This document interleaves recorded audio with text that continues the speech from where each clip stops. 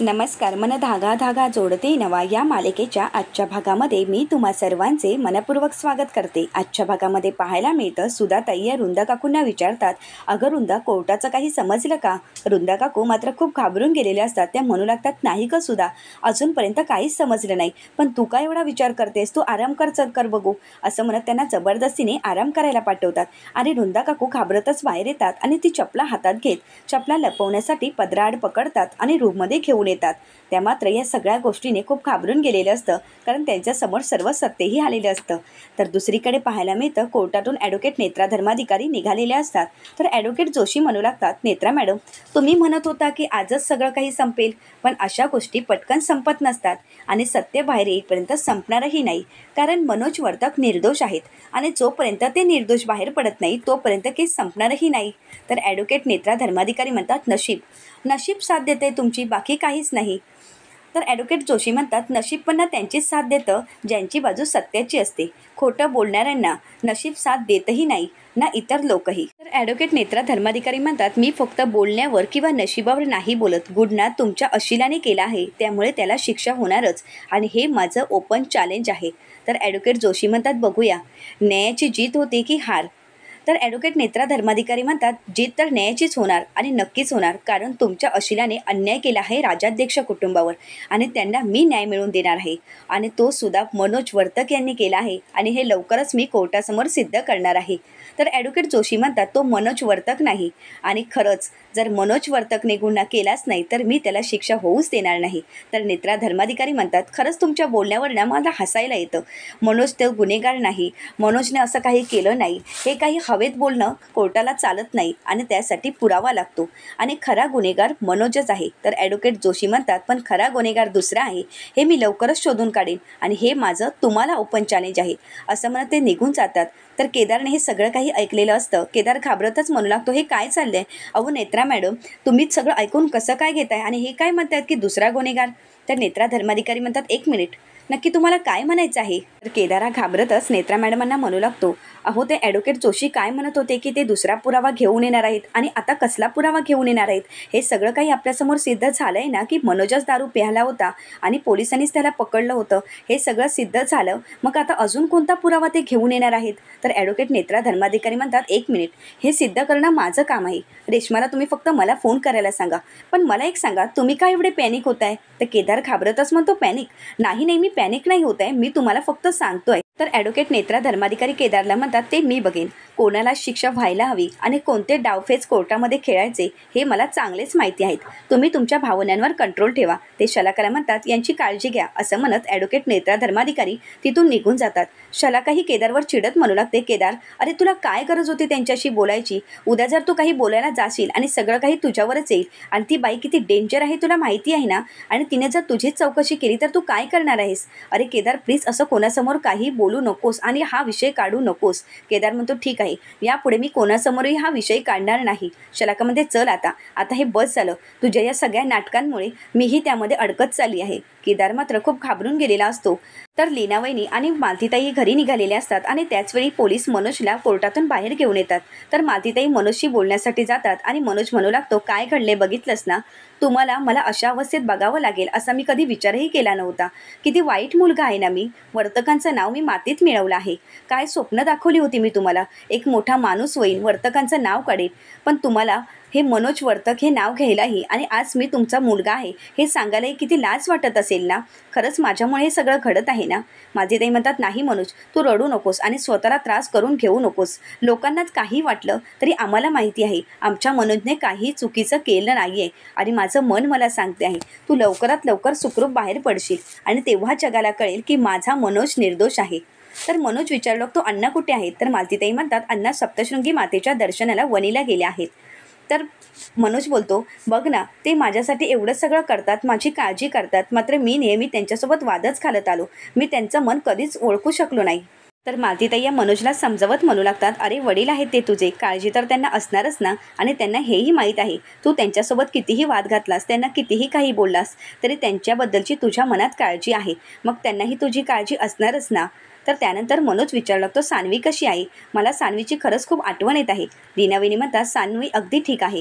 तिलासुद्धा तुमची खूप आठवण येत आहे आणि ती रोज विचारत असते माझे बाबा कधी येणार आहेत.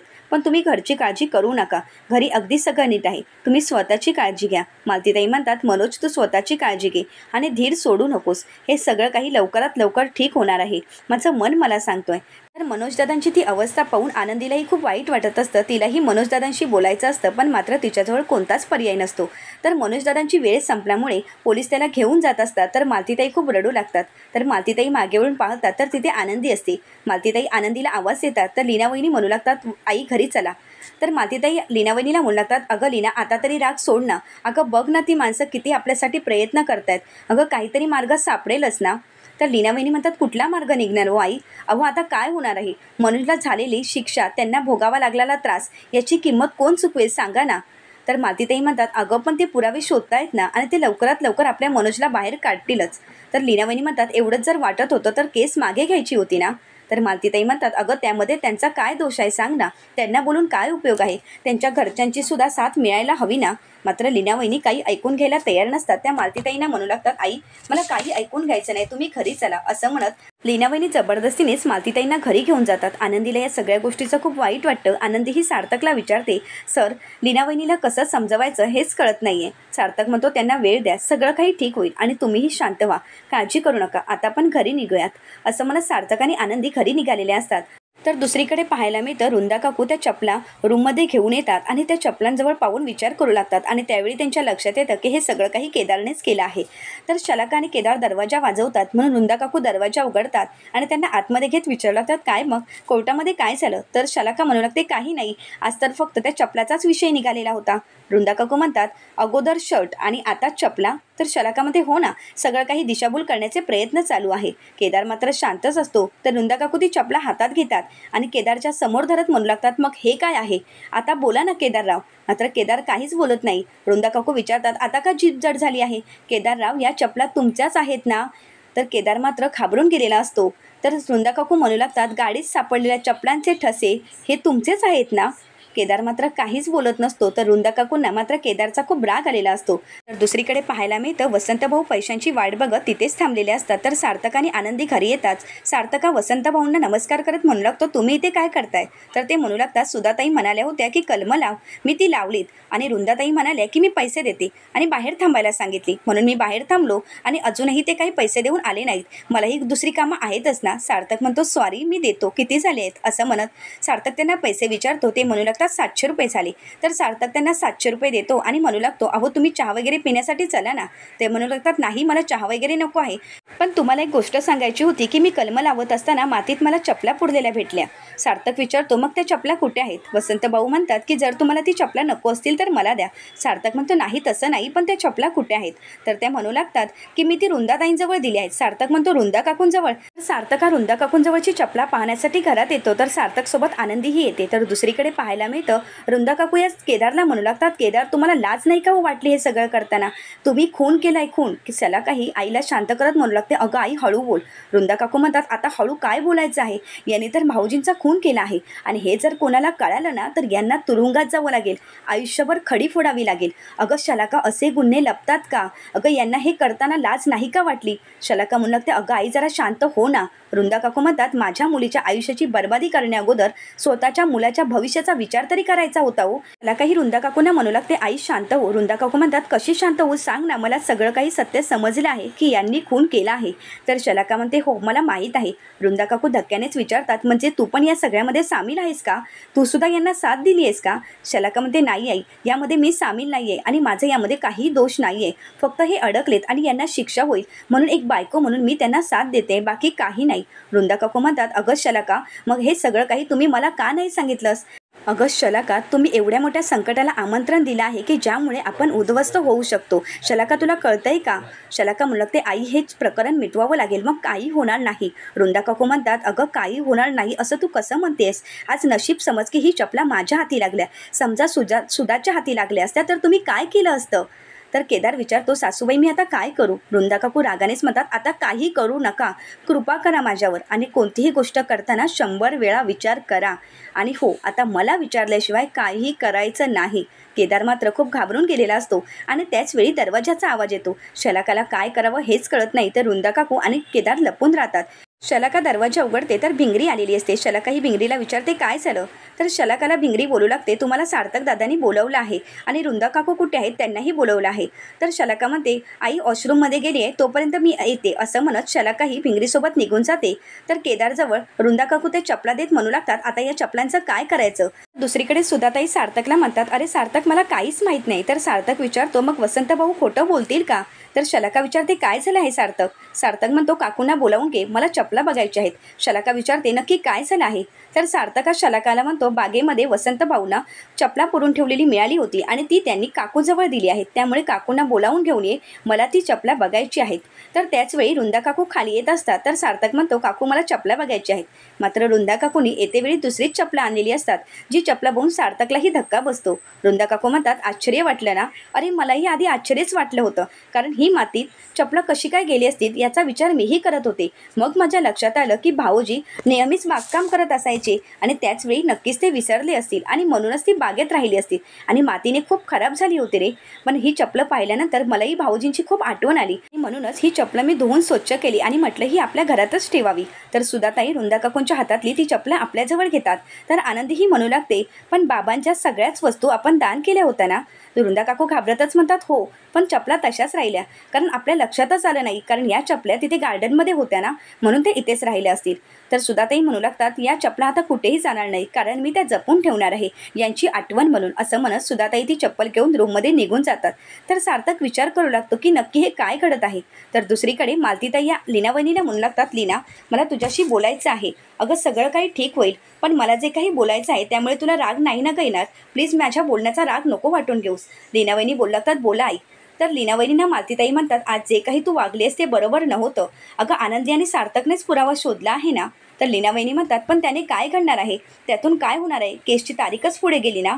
तर लीना वहिनींना मालतीताई म्हणतात, हे बघ अगं लीना, मला माहीत आहे तुझ्या मनात राग आहे, पण अगं तेही किती प्रयत्न करत आहेत याचाही विचार कर ना. लीना वहिनी म्हणू लागतात, मला माहीत आहे आई, तुमच्या मुलीसाठी आणि जावयांसाठी तुमचा जीव तुटतो आहे, पण मनोजची अवस्था बघितली नाही आहे का तुम्ही? अहो मनोजची अवस्था काय आहे हे आम्हालाच माहिती आहे. मालतीताई म्हणतात, मी समजू शकते ग लीना. लीना वहिनी म्हणतात, नाही आई, तुम्ही नाही समजू शकत, कारण तुम्हाला त्रास होईल म्हणून अण्णांनी आणि मी तुम्हाला कधीच काही सांगितलं नाही. मनोजना तिथे खूप टॉर्चर केलं जात आहे. त्यांच्याजवळ सत्य वदवून घेण्यासाठी त्यांना मानसिक आणि शारीरिक त्रास दिला जात आहे. परंतु मनोज ओरडून ओरडून एकच सांगत आहेत की मी हे सगळं काही केलंच नाही, म्हणून ऐकायला कोणीच तयार नाही आहे. शेवट काय होणार आहे आई? आपल्या सुखी कुटुंबाची वाताहत झाली आहे, एवढं मात्र नक्की. आणि या सगळ्याला जबाबदार कोण आहे? आनंदी आणि सार्थक सर. मालतीताई म्हणतात, असं नाही आहे का लीना? लीना वहिनी म्हणतात, आई असंच आहे आणि यांना सगळा त्रास भोगावा लागतो. आज तर त्यांची नोकरीही गेली आहे. मालतीताई म्हणतात, सगळं काही ठीक होणार आहे. लीना वहिनी म्हणतात, आता ठीक होऊन काय उपयोग आहे? आता तर त्यांची नोकरीही गेली. मालतीताई म्हणतात, अगं नको काळजी करूस, देवावर विश्वास ठेव, सगळं काही ठीक होईल. लीना वहिनी म्हणतात, माहीत नाही, असं वाटते की सगळं काही हातातून निसटून गेलं आहे. असं म्हणत लीना वहिनी तिथून निघून जातात. तर पुढील भागामध्ये आपल्याला पाहायला मिळतं, सार्थक हा आपल्या रूममध्ये कॅमेरा लावत आनंदीला म्हणू लागतो, आपल्या रूममध्ये आता कोण येत आहे ते कॅमेऱ्यामध्ये कैद होणार आहे आणि तो खुनी लवकरच पकडला जाणार आहे. तर दुसरीकडे सार्थक हा सर्वजण जेवायला बसलेले असताना म्हणू लागतो, आता आमच्या हाती असा काही पुरावा लागला आहे ना की त्यामुळे सिद्ध होणार की मनोज दादा निर्दोष होते आणि ते लवकरच बाहेर येतील आणि हा पुरावा मी माझ्या कपाटामध्ये सेफली ठेवला आहे. हे सगळं काही केदारने ऐकलेलं असतं आणि केदार घाबरून गेलेला असतो. आनंदी आणि सार्थक रूममध्ये नसताना केदार त्यांच्या रूममध्ये मास्क लावून येतो आणि पुरावा शोधण्याचा प्रयत्न करत असतो. तो सगळ्या कपाटामध्ये पुरावा शोधतो, मात्र त्याला तिथे काहीच सापडत नाही. तर त्याच वेळी तिथे आनंदी येते आणि म्हणू लागते, तूच केलायस ना आणि बाबांचा मारेकरी तूच आहेस ना? असं म्हणत ती केदारच्या तोंडावरचा मास्क काढते आणि तो चेहरा केदारचा पाहून आनंदीला मात्र धक्काच बसतो. आनंदीच्या पायाखालची जमीनच सरकते. केदार मात्र खूप घाबरून गेलेला असतो. आता सार्थक कशा प्रकारे सिद्ध करेल की हे सगळं काही केदारने केलं आहे हे पाहण्यासाठी चॅनलला नक्कीच सबस्क्राईब करा आणि व्हिडिओ पाहिल्याबद्दल तुम्हा सर्वांचेच मनपूर्वक धन्यवाद.